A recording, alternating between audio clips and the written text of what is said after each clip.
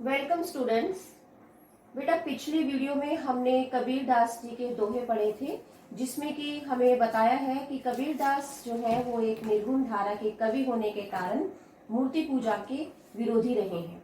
वो मूर्ति पूजा का खंडन करते हैं और उनके अनुसार ईश्वर जो है एक है और वो कण कण में व्याप्त है।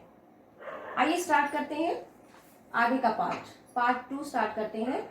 टोपी पहरे माला पहरे छाप तिलक अनुमाना, साखे सबद गावत भूले आत्म खबर न जाना। बच्चों कबीरदास जी में इस दोहे में कहते हैं कि जो लोग टोपी पहनकर, माला पहनकर, तिलक लगाकर या छापे वाले कपड़े पहनकर खुद को ये समझते हैं कि ईश्वर के वो अनुयायी हैं, किंतु वे लोग धर्म के सच्चे अर्थों में ईश्वर के अनुयायी नहीं है। क्यों नहीं है? क्योंकि अपने गुरु के सिखाए हुए साखी और सबद इनको वो नहीं गाते हैं, इनको गाना वो भूल चुके हैं।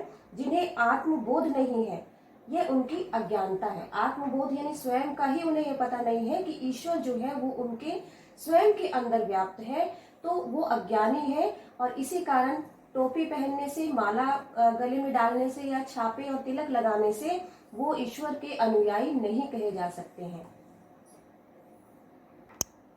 नेक्स्ट है, हिंदू कहे मोहि राम प्यारा, तुर्क कहे रहमाना, आपस में दो लर लर मुए मर्म न कहूँ जाना। इन पंक्तियों में कबीरदास जी क्या कहते हैं कि जो हिंदू है, हिंदू धर्म से संबंधित लोग हैं, वो कहते हैं कि मुझे राम प्रिय है, किंतु तुर्क यानी मुसलमान कहते हैं कि मुझे रहीम प्रिय है। तो आपस में दो यानी दोनों, लरी लरी यानी लड़ लड़ कर मुए मर गए, यानी दोनों ही हिंदू और मुसलमान ये आपस में इसी चीज को लेकर लड़ते रहे कि मुझे राम प्यारा है और मुझे मुसलमान लोग कहते हैं कि मुझे रहीम प्यारे हैं।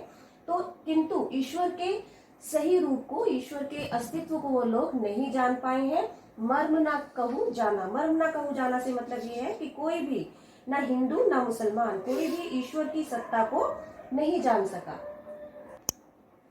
नेक्स्ट है बेटा, घर घर मंत्र देत फिरत है, महिमा के अभिमाना, गुरु के सहित सिख सब बूढ़े अंतकाल पछताना।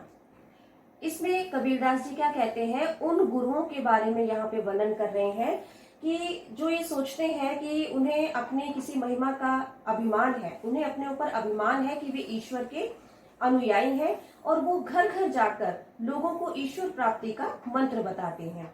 तो ऐसे अज्ञानी जो गुरु हैं, उनके शिष्य भी अज्ञानी होते हैं, है ना। गुरु के सहित सिख सब बूढ़े, मतलब ऐसे गुरुओं के साथ वो सब शिष्य, सिख यानी यहाँ पे शिष्य को बताया गया है, वो भी सब बूढ़े, बूढ़े का मतलब होता है डूब जाना। तो इस तरह के जो गुरु हैं, जिन्हें ईश्वर के अस्तित्व का ही ज्ञान नहीं है, वो ये सोचते हैं कि ईश्वर के मंत्र बताकर वो लोगों को ये बता सकते हैं कि ईश्वर को कैसे प्राप्त किया जा सकता है।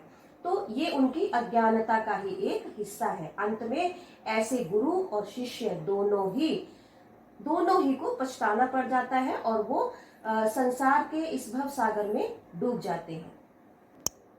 नेक्स्ट आता है बेटा, कह कबीर सुनो हो संतो, ई सब मर्म भुलाना, केतिक कहा कहा नहीं माने, सहजे सहज समाना। कबीरदास जी इन अंतिम पंक्तियों में कहते हैं कि हे संतों, हे गुरुओं या हे वो महान पुरुषों जो स्वयं को ये समझते हैं कि वे ईश्वर के अनुयायी हैं, वो इन सब चीजों को, अपने इस गलत फहमी को अपने मन से निकाल दें और ईश्वर की सत्ता की पहचान करें। केतिक कहा नहीं माने। कबीरदास जी कहते हैं कि मैं इन सब गुरुओं को, इन सब संतों को कई बार इस चीज को कह चुका हूँ कि ईश्वर जो है सहज सहज समाना, ईश्वर जो है उसको सहज ही प्राप्त किया जा सकता है। केवल ईश्वर की भक्ति करने से ही हम ईश्वर को प्राप्त कर सकते हैं और ईश्वर को इधर उधर ढूंढने की कोई आवश्यकता नहीं होती। वो स्वयं के मनुष्य के अंदर विराजमान है और इस संसार के कण कण में ईश्वर व्याप्त है। थैंक यू बेटा।